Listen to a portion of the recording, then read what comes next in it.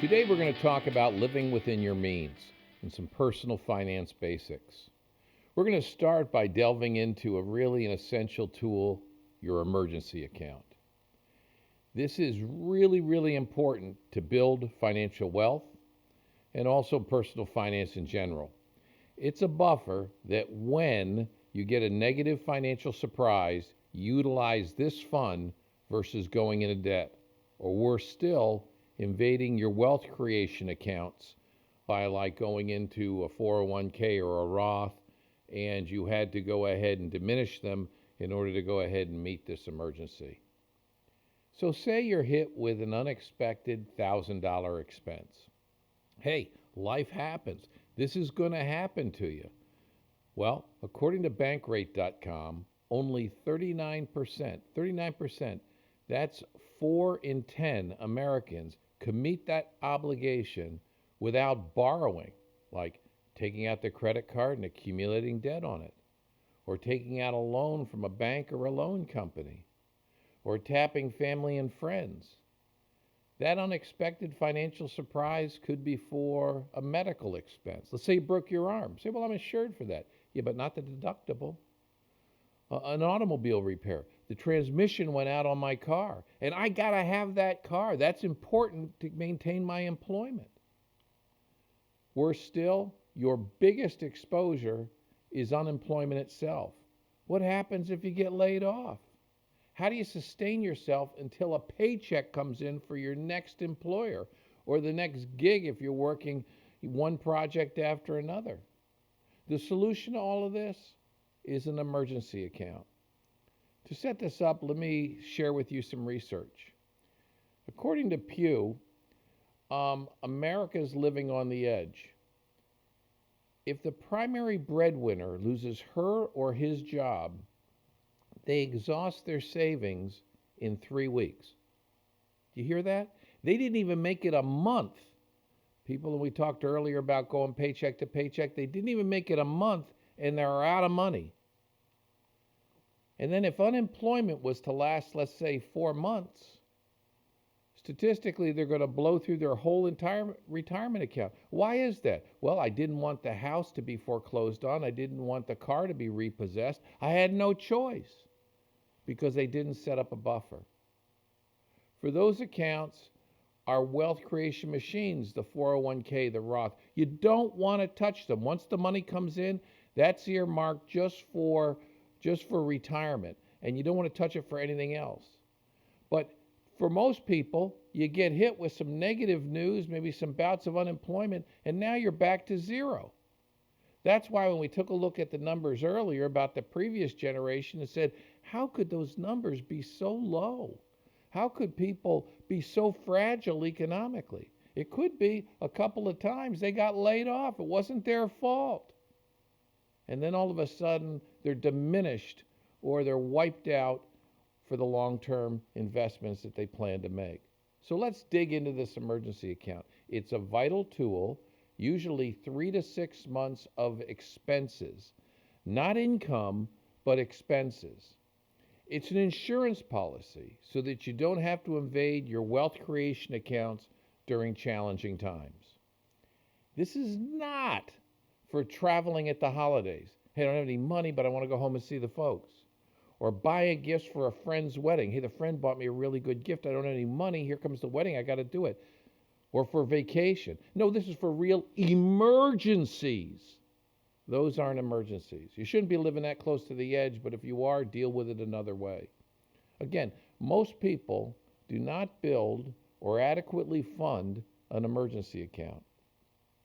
Over half of Americans have less than 3 months' worth of emergency savings. Set your emergency fund goals. Again, we say 3 to 6 months of expenses initially. But as you're starting off, you might be able to pull this off with 3 months because, and that could be more realistic because entry-level jobs where you're starting are easier to get. As you move up the ladder, maybe move into management, job searches become longer and then you have to make an adjustment. You know best. But the point is you need to adjust this over the span of your career. If you keep moving up, your expenses are going up. You're rising up in management, and maybe a job search, if God forbid that happens, would take longer. You need to go ahead and then sock away more in your emergency account. So you develop a plan to fund them and begin working on this as soon as you enter the workforce. Hey, you can't cut a check for 3 to 6 months worth of expenses, but you can start, inching towards that goal. You want to put some percentage of your monthly income into the emergency account. So let's say 5% automatically transferred from your bank account to the emergency account every single payday. And when you get a windfall, like you get a tax refund, or maybe you get some holiday or birthday money, throw it at the emergency account and get that funded. And boy, you're in a much better, and actually much different than most Americans. Remember the data we're sharing with you. You're getting to a strong and substantial place. Now, you want it to be accessible, but not too accessible. You don't want to be out and say, hey, look, my debit card's a little low, and rather than going home, you want to buy another round of drinks for your friends. You're out having a good time. No. You don't want it to be on a card that's easy for you to touch it. This is for, remember again, emergencies. Now, when you're confronted with, say, a few months of unemployment, you can go ahead and dip into the emergency account. And now you don't have to worry about money to live on. Rather, you put all of your focus on finding a new job. You'll be more powerful in a job search if you don't have to worry about your day-to-day bills. After that episode is over, you replenish the cash in that emergency buffer until it's up to the level that's satisfactory for whatever life throws at you next. So, why is this so important?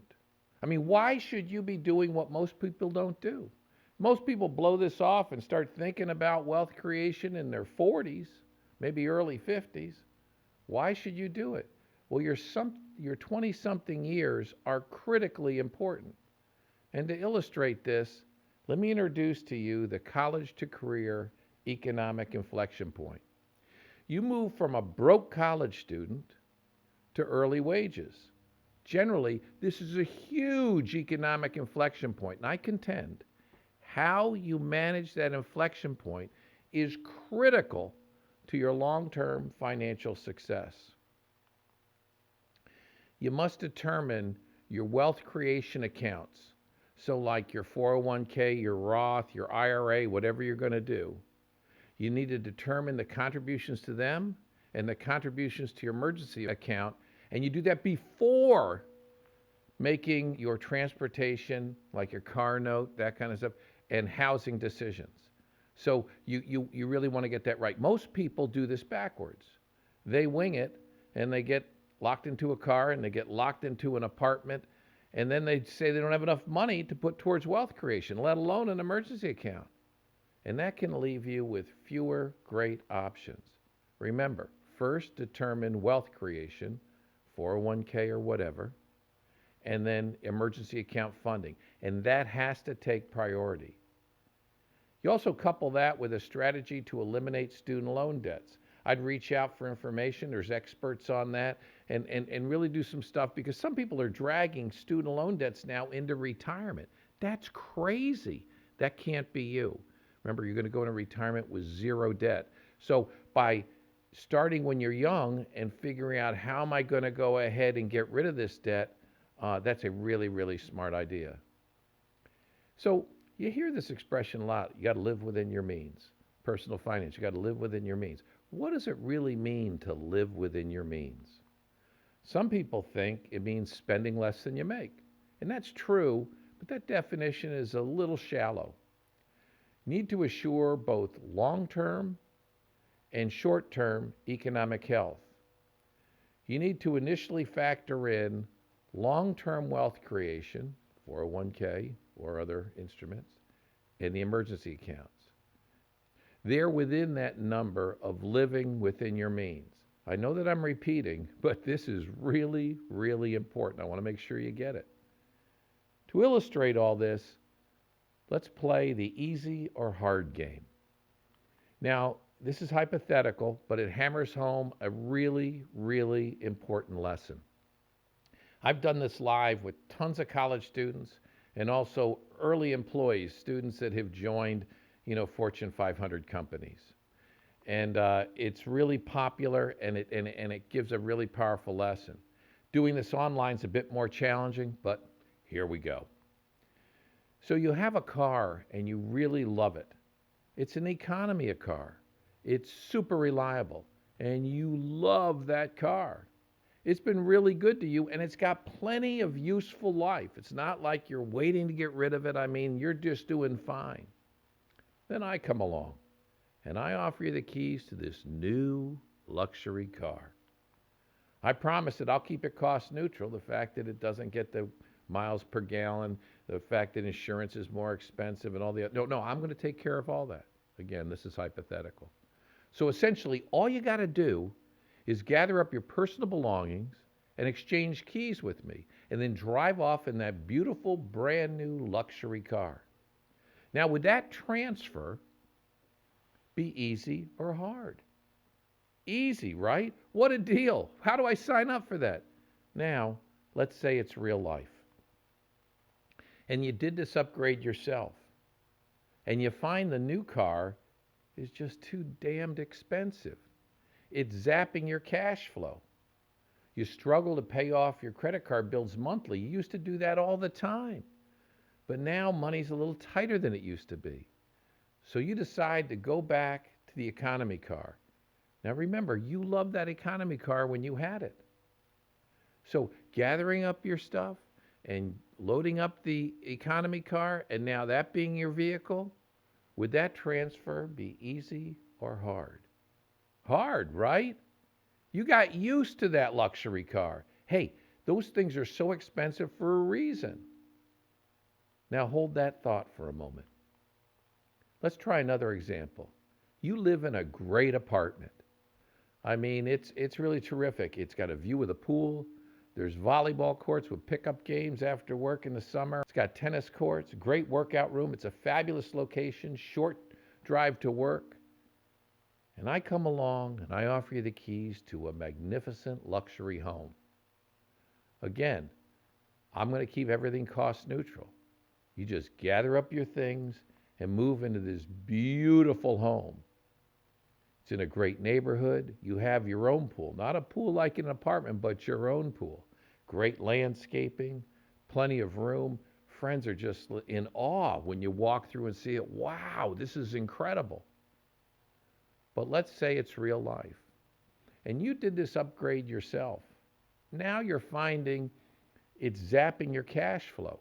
You can't set aside enough money to fully fund your emergency account, your retirement, and you're struggling to pay your bills. Again, money's tighter than it used to be. And you make the tough decision that you're going to go ahead and move back into that old apartment. Now remember, you loved that apartment. Would that move be easy or hard? You bet, it'd be hard. Okay, what's the lesson? Ratcheting up lifestyle, that's easy. Cutting back lifestyle, that's hard. Let's take another cut at this. You're in your 20s and you begin to set your spending in place. It begins to creep up on you a bit, and then you realize that you kind of overdone it. You're actually spending a little bit more than you're making. So you reduce spending, and that's hard. You reduce spending, and it's painful, but you need to go ahead and take some of the pressure off. And you're successful at that. And then you begin to think more deeply and you say, you know something? I got to retire one day. I'm not putting money away. I should really be funding that. And then you're thinking, ooh, I could get clobbered with a financial surprise. Maybe read something on an emergency account. And you haven't put money away, so you said, I got to do that again.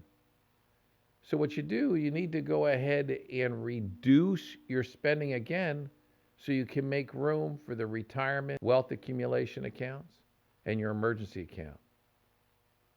But now you realize that when you started off, you had taken on some debt when you kind of overdid it. So you cut back a little bit more so that you'll have excess money to pay off that debt, and then you're in the clear. So let's review. You ratcheted back 3 times your lifestyle in order to dig out of where you started. Many people actually do this and spend decades from making poor decisions when they started. They spend decades trying to dig their way out. And we know that that is really hard. So I suggest do not live beyond your means in the first place. And over time, you can live more abundantly, and it's ironic. Because when you were in college or you're in your early career, you're near entry-level wages. As you navigate from current economics into future economics, it's actually easier to be economically conservative with a more modest early lifestyle. Because college living wasn't really that opulent, but you got by and you had a great time. For most of us, it was pretty basic. But often when we start to get some money, we overdo it. We got this pent-up demand. I'm going to do this, I'm going to do this, and you got all these dreams from campus, and you set out and do it, and it digs you into this hole that we're talking about. We try to upgrade too quickly. And once we adopt a higher level of consumption, it's hard to ratchet back. Not only emotionally, I don't want to do it, but systemically. Hey, I'm on this lease and I'm committed. Or I'm on this car note. I got 5 more years in this before I can get rid of this. And I can't afford to pay off my monthly credit card bills. Or you don't want to downgrade in front of your friends. So you need to enter these early years with a plan. Without an early plan, stress like this happens. Or at minimum, it limits your ability to do the right things early. And doing the right things early has huge benefits for you. So let's look at budgeting to keep you away from this. A budget is a great tool to assure that you're on track to where you're going. You've thought things through. Okay, that's great. And you don't get off track. Now, there's 2 great choices. One is Mint. It's by Intuit. It's free. And Intuit makes QuickBooks and TurboTax. It's a huge organization. I have a lot of respect for it, and I use one of their products called Quicken, and I've been using it for over 20 years. And then EveryDollar, and that's from Dave Ramsey's Ramsey Solutions. It's great. It's a free product as well, and they have a version that's, I think they call it EveryDollar Plus or Premium. And so if you want some advanced features as you start to go ahead and adopt it, you can get those, but you pay for those, and it's a modest amount. They allow you to hold your whole financial life in the palm of your hands. They let you know what you're really spending and what you're spending that money on. Most people can't define that for you. So how are you going to go ahead and steer the ship if you don't have any reconnaissance? You can't see out the windows. So I suggest you start all of this now. If you're in college and saying, I'll do it later, no, do it now. And so you'll begin to track where your money's really going. And your life right now is the simplest it's ever going to be. As you go through life, you start to buy a home, you got multiple investments. It gets much more complicated. Learn how to use these tools now. Your 20-something years is perfect to go ahead and get moving on this. It's great that you're focused on this material. Paying attention to all of this at your age is a massive advantage. This will serve you well, and you can do this. You can go ahead and pull this off. You can have a more certain path. You can get off to an early start. I'm going to give you some great information on that later, but I'm thrilled you're here, and I'll see you next time.